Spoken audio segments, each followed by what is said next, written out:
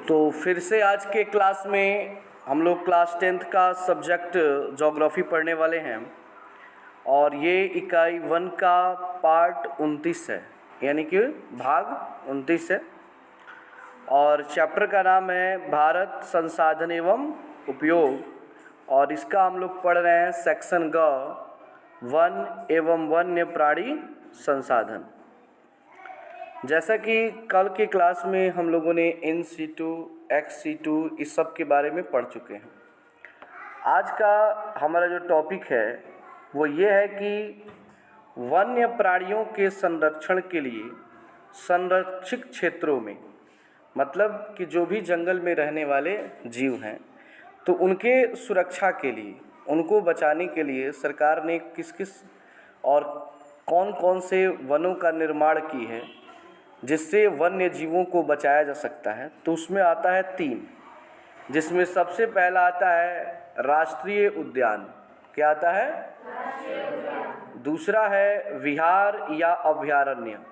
एक होता है बिहार जो हमारा राज्य है, ये बिहार नहीं है, विहार है, ठीक है ना, उसको अभयारण्य भी बोलते हैं। और तीसरा है जैव मंडल। तीसरा क्या है जी? जैव मंडल। हम एक एक करके तीनों के बारे में पढ़ेंगे, जिसमें सबसे पहले हमारा आ रहा है राष्ट्रीय उद्यान।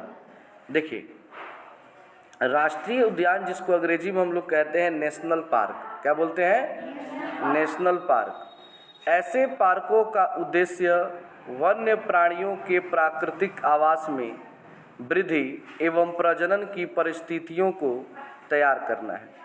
मतलब राष्ट्रीय उद्यान का अगर उद्देश्य की हम बात करें कि उन वनों का क्या लक्ष्य है, तो हम कहेंगे कि ये प्राकृतिक आवास में वृद्धि, प्राकृतिक आवास में और प्रजनन की परिस्थितियों को तैयार करना है। प्राकृतिक आवास में वृद्धि का अर्थ हुआ कि वैसे जंगल जो ऊपर वाले नहीं, यानी कहने का अर्थ है जो प्रकृति के द्वारा स्वयं उत्पन्न हुआ है, उसमें वृद्धि करना, यानी कि जिस जंगल को मनुष्य ने नहीं लगाया है उनमें वृद्धि करना। और साथ ही साथ प्रजनन, यानी कि कल भी मैंने बताया था कि अपने जैसे संतान उत्पन्न करने की प्रक्रिया को प्रजनन कहा जाता है। तो सरकार चाहती है कि इन जंगलों में वन्य जीव रहें और वे अपनी संख्या में बढ़ोतरी करें ताकि ये कभी समाप्त ना हो। तो इन्हें रखा गया है राष्ट्रीय उद्यान के अंतर्गत। जैसा कि नीचे आप पिक्चर देख सकते हैं, यहाँ पे हाथी है, बाघ है, हिरन है, कबूतर है, ऐसे बहुत सारे जीव हैं। और यहाँ पे आप एक पिक्चर देख रहे हैं, ये गेंडा है। क्या है? गेंडा है। तो ये सभी जंगल में रहने वाले जीव हैं और वो भी खास करके ये प्राकृतिक जंगल, यानी कि इन जंगलों को ज़्यादातर रखा जाता है राष्ट्रीय उद्यान में। कहाँ रखा जाता है? इस उद्यान में बाहरी हस्तक्षेप होता है। बाहरी हस्तक्षेप का अर्थ हुआ कि मतलब बाहर के लोग भी जाकर के इसमें अपना काम करने लगते हैं, जैसे कि कृषि कार्य। कृषि कार्य मतलब खेती का काम, वन उत्पादों को एकत्र करना, पशुचारण, पशुचारण मतलब पशुओं को चराना, तथा निर्माण कार्य। हमारे देश में राष्ट्रीय उद्यान की संख्या 85 है। ये सबसे इम्पोर्टेंट है इसमें कि भारत में राष्ट्रीय उद्यान कितने हैं जी? तो 85 हैं टोटल। ये बात मेन रूप से आप लोग याद रखिएगा। दूसरा है बिहार क्षेत्र या अभयारण्य। बिहार क्षेत्र या अभयारण्य, इसको कहते हैं अंग्रेजी में सैंक्चुअरी। क्या कहते हैं? सैंक्चुअरी। यह एक ऐसा सुरक्षित क्षेत्र होता है जहां वन्य जीव सुरक्षित ढंग से रहते हैं। यह निजी संपत्ति हो सकती है, मतलब कि ये कोई जरूर नहीं कि ये सरकार की हो, ये आप भी बनवा सकते हैं। मतलब कहने का तो फुलवारी कोई सरकार का थोड़े ना होता है। जो मन करेगा बगीचा लगा सकता है, उसमें जीव जंतुओं को पाल सकता है। मछली आप लोग देखते हैं, गढ़ा में लोग मछली डालते हैं, पालते हैं, तो ये तो आप भी कर सकते हैं। ये निजी संपत्ति होता है। इस क्षेत्र में कृषि, वन उत्पाद को एकत्र करने और मछली पकड़ने आदि की सीमित छूट होती है।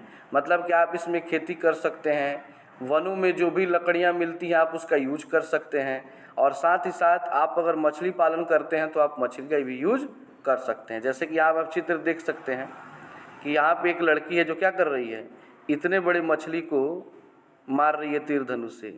लग रहा है कि इसके भी पिछवाड़ा पानी आया हुआ है और ये मछली पकड़ रही है। तो देख लीजिए, जो लोग जिनके घर पानी आ गया है, डिजाइन यही है मछली पकड़ने का।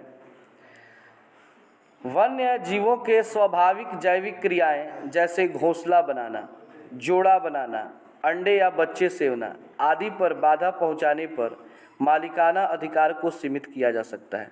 मतलब सरकार ने ये बताया कि अगर कोई भी पक्षी कहीं घोंसला लगाती है या अंडा देती है, अंडा सेवती है, अंडा सेवना समझते हैं ना, जिससे बच्चा मतलब उसका पैदा होगा, तो उसे आप नहीं उजाड़ सकते हैं। वैसे तो हम लोग उजाड़ देते हैं, वो बात अलग है, सरकार कहाँ देखने आती है, लेकिन नियम है कि उसे नहीं उजाड़ना है। अगर ऐसा हम लोग करते हैं तो ये कानूनन अपराध है, क्योंकि ऐसा करने से उन जीवों की संख्याओं में क्या होने लगती है, कमी होने लगती है, लेकिन हम लोग उसे तोड़ फोड़ देते हैं।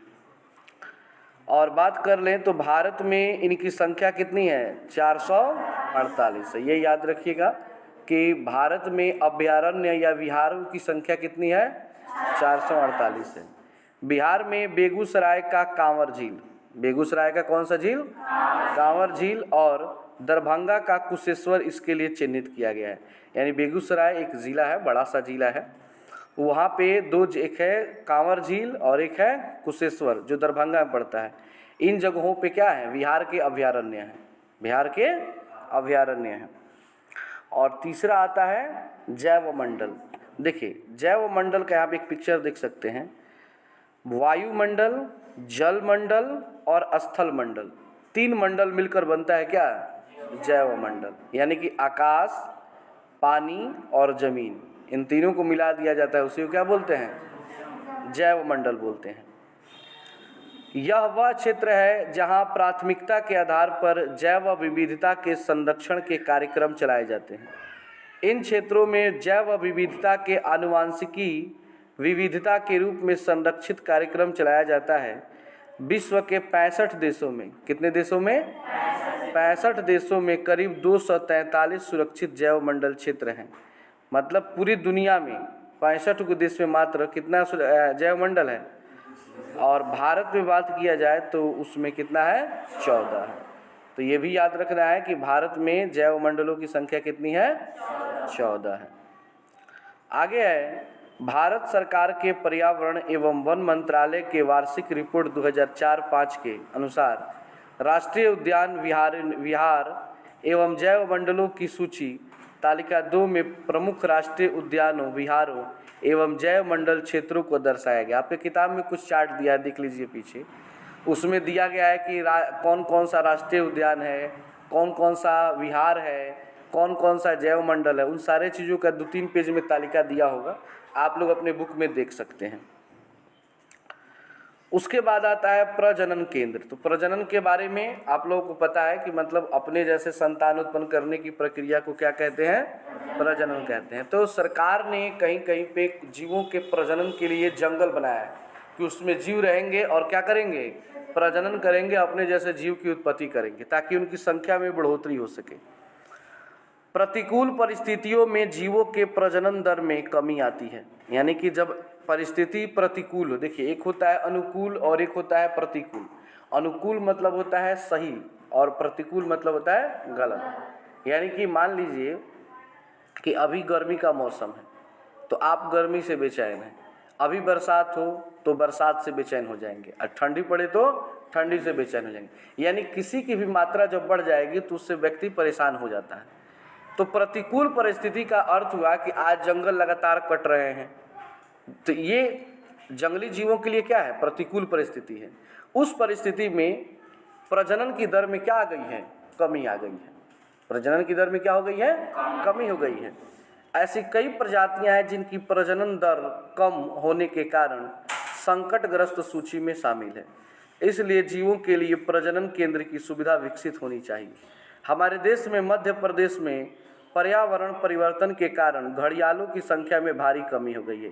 ये पिक्चर देख रहे हैं ना, ये है घड़ियाल, क्या है, घड़ियाल, और इनकी संख्या मध्य प्रदेश में क्या हो गई है, बहुत ही कम हो गई है, जिसके चलते वहाँ की सरकार ने इसलिए इनके संरक्षण के लिए, मतलब इनकी सुरक्षा के लिए, मुरैना एक जिला का नाम है जो मध्य प्रदेश में पड़ता है, में एक घड़ियाल प्रजनन केंद्र स्थापित किया गया। तो क्वेश्चन ये हो सकता है कि घड़ियाल प्रजनन केंद्र मध्य प्रदेश के किस शहर में है?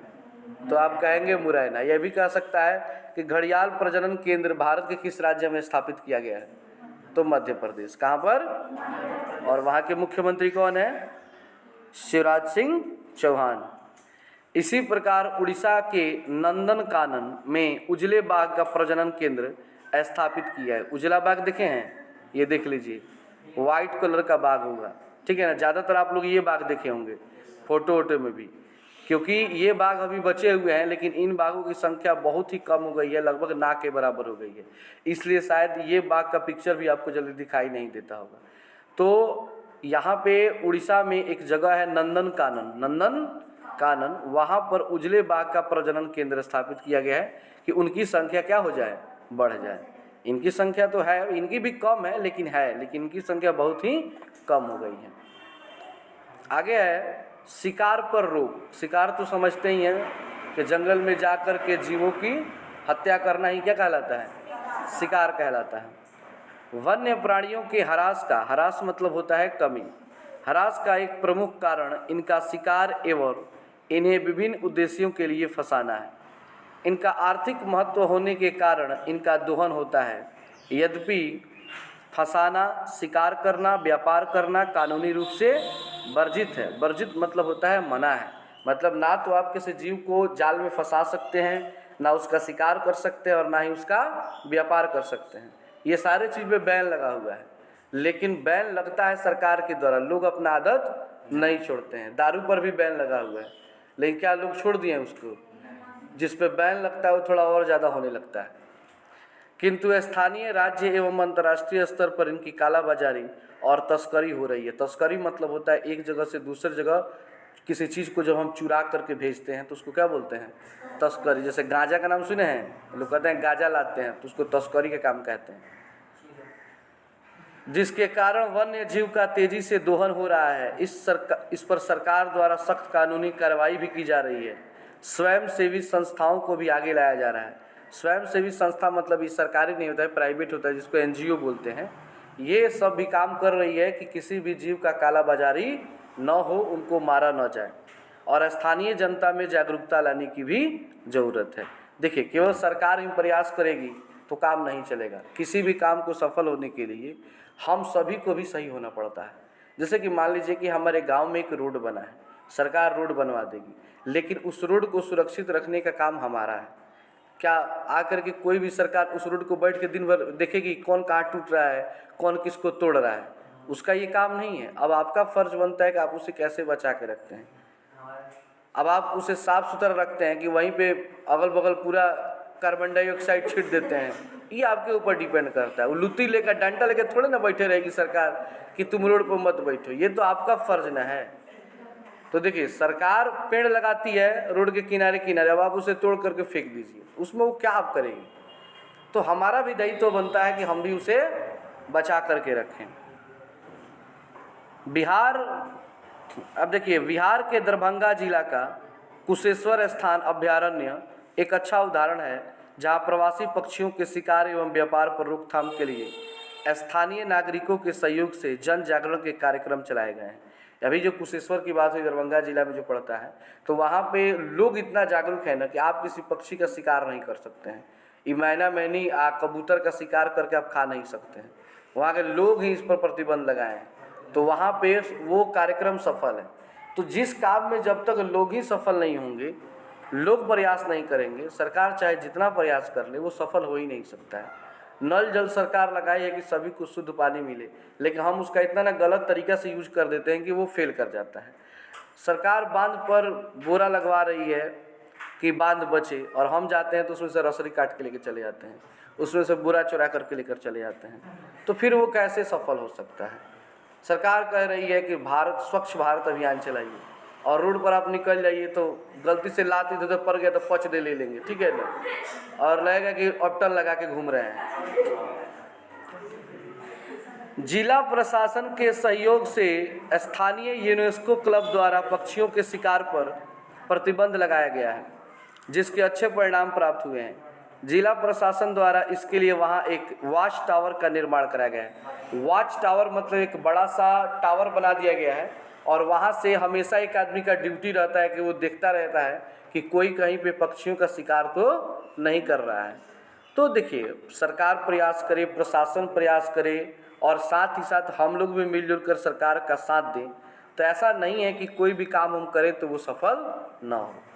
तो कुछ सरकार काम करती है तो अफसर लोग उसको खा जाते हैं बीच में, और जो कुछ बच के आता है उसमें हम लोग बांटना शुरू कर देते हैं। तो यही वजह है कि ना तो हम सफाई ठीक से कर पाते। आपको पता है कि अमेरिका में सफाई, हम लोग बार बार तुलना करते हैं भारत से अमेरिका की, कि अमेरिका इतना आगे है, भारत इतना पीछे है। लेकिन आप लोग जानते हैं कि वहाँ के लोगों में और यहाँ के लोगों में अंतर क्या है? केवल सरकार से वहाँ पे नहीं है, वहाँ के लोग भी बड़े जागरूक हैं। जैसे कि आपके घर के आगे जो रोड है, तो उस रोड के बीच में मतलब बहुत सारे पौधे लगे हुए हैं। उन पौधों का बराबर कटाई छटाई इस सब पे आदमी रखा जाता है, उसमें खर्च आता है। तो हर व्यक्ति को एक महीने में सरकार को $100 देना होता है। $1 में करीब करीब 75 रुपया से 76 रुपया होता है। यानी कि हर महीना 7500 से 7600 रुपया सरकार को लोग देते हैं अपने आगे की सफाई के लिए। तो एक महीना वो सफाई रहता है। और हम लोग क्या है, सरकार का पैसा खोजते हैं। कौन सरकार को पैसा भेजता? नीतीश कुमार है इतना रुपया भेजले बड़े, हाई धान के पैसा हमार ना मिलल, कोटा चाउर ना मिलल। तो हम तो सरकार से लेने के पक्ष में हैं। एक तो आबादी इतना ज़्यादा है, जो 5-7 को देश मिल जाए तो बराबरी नहीं करेगा। उसके ऊपर से सरकार से हम लेने का काम करते हैं। देने का तो दूर का बात है। सरकार अगर कह दे कि सबको 200-200 रुपया देना है हर महीना, लोग आंदोलन करना शुरू कर देंगे रोड पर। ये कैसे हो सकता है? तारा देवे के चाहिए तो हम नहीं के दिशन। तो कहाँ से सोचते हैं कि सब चीज़ अब बढ़िया हो जाएगा आपका? भारत विश्व का ऐसा देश है जहाँ पर लोगों को अनुदान दिया जाता है। अनुदान मतलब जहाँ पर लोगों को सरकार पैसा देती है। बहुत कम जगह इसे सरकार पैसा नहीं देती है। आप काम कीजिए, कमाइए, सरकार रोजगार दे देगी तो जनसंख्या कम रहेगा तब ना सबको रोजगार मिलेगा। एक घर में 10 आदमी, 5 आदमी, 7 आदमी रहे, कहाँ से उतना रोजगार आएगा? एक आदमी रहता तो चलो मान लो कि आप जो काम कर रहे हैं, आपके पिताजी जो काम कर रहे हैं, उनको हटा करके रिटायर कर जाएंगे, आपको वो काम दे दिया जाएगा। लेकिन आप हैं और आपके 6-7 बच्चे हैं, अब किसी एक को ना काम दिया जाएगा। अब 5 को बैठ रहा है, हमारा क्या होगी? तो वहीं बेरोजगारी आएगी। एक आदमी का 6-6 लड़का, समझ रहे हैं, बहुत ज़्यादा 6 को परिवार हो गया। अमेरिका का आबादी का तुलना करें भारत का तो 5 गुना यहाँ पे हम लोग हैं। 5 गो अमेरिका हो जाएगा भारत में। तो वही है कि तुलना कीजिए तो सब चीज़ से कीजिए। इसलिए आप लोग भी साफ सफाई पे ध्यान दें। तो बस आज की क्लास में इतना ही, बाकी हम लोग कल पढ़ेंगे।